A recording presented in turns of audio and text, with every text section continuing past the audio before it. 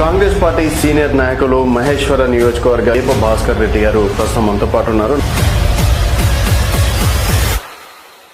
కాంగ్రెస్ అధికారంలోకి వచ్చింది, సక్సెస్ అయ్యారు. 2.5 సంవత్సరాలుగా ఎందుకు దీప భాస్కర్ రెడ్డి గారిని గుర్తించట్లేదు, ఎందుకు ఎలాంటి పదవులు ఇవ్వట్లేదు? నన్ను చూడట్లేదు అనేది తప్పది. నన్ను 100% చూస్తుంది. ఇలా పార్టీని గుర్తించింది. తప్పకుండా ఏదో ఒకటి వస్తుందని ఒక నమ్మకం నాకు ఉన్నది.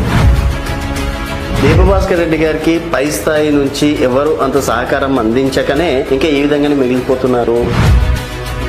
మా దగ్గర సీనియర్ నాయకులు చిల్లనరసింహారెడ్డి గారు ఉన్నారు. వారికి ఒక అవకాశం ఇచ్చిండ్రు. అట్లా వస్తుందేమో ఎక్స్పెక్ట్ చేస్తాం, అంటే వస్తుందేమో చూస్తున్నాం, అంతేగాని ఫ్యూచర్ సిటీని ఫ్యూచర్ లేకుండా చేస్తామని చెప్పేసి బీఆర్ఎస్ పార్టీ చాలా స్ట్రాంగ్ గా చెప్తున్నటువంటి మాట.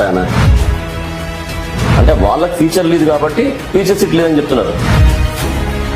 సో మరి ఫ్యూచర్ సీట్లో కాంగ్రెస్ పార్టీ నేతలు బాగా సంపాదించుకుంటున్నారు, రియల్ ఎస్టేట్లు చేస్తున్నారు అని చెప్పేసి వాళ్ళ ప్రాపర్టీలు ఏమో నేను తీసి వాళ్ళు వదిలిపెడతారా చెప్పండి. మళ్ళీ నేను వదిలిపెడితే కదా ఏదున్నా వదిలిపెడతా నా పేరు మీద మహేశ్వర నియోజకవర్గంలో అక్కడ ఫ్యూచర్ సిటీ కాడ.